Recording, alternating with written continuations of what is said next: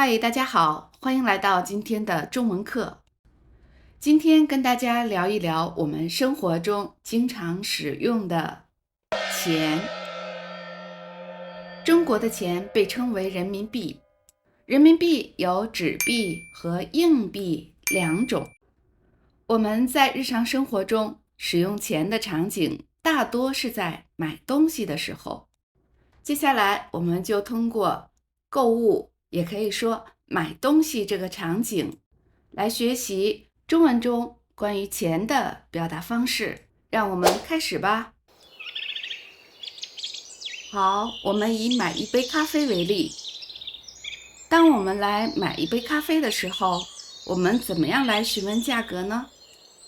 你好，一杯热咖啡多少钱？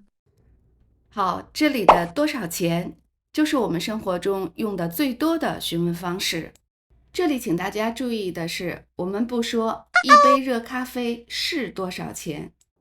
这种句式在语法上被称为名词谓语句。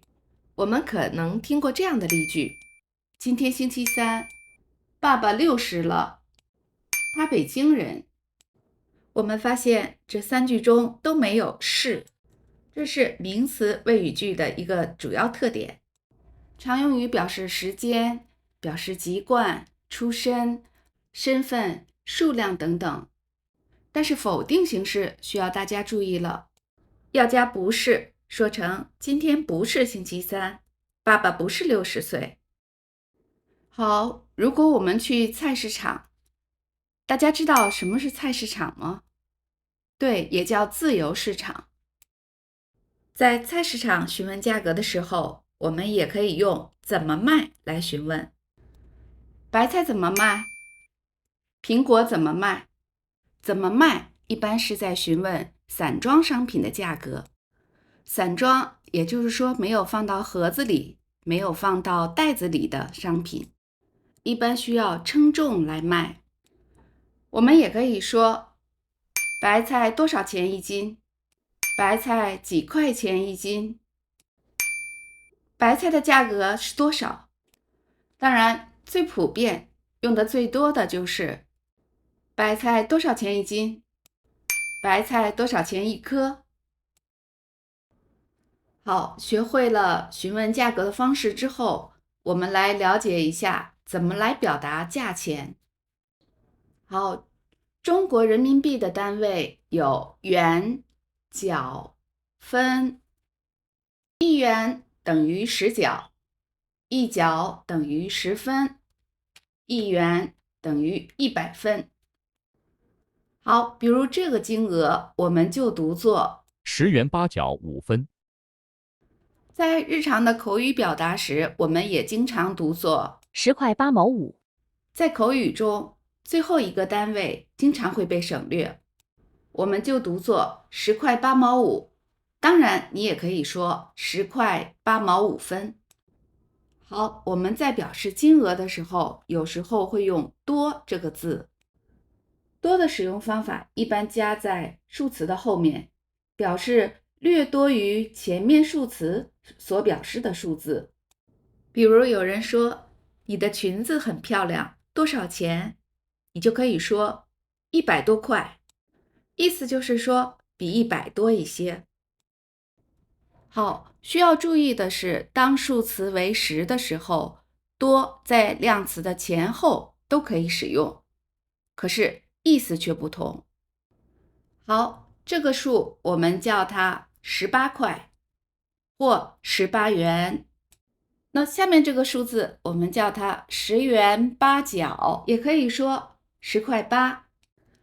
这里的18块钱只能说成10多块钱，而10块8可以说成10多块，也可以说成10块多。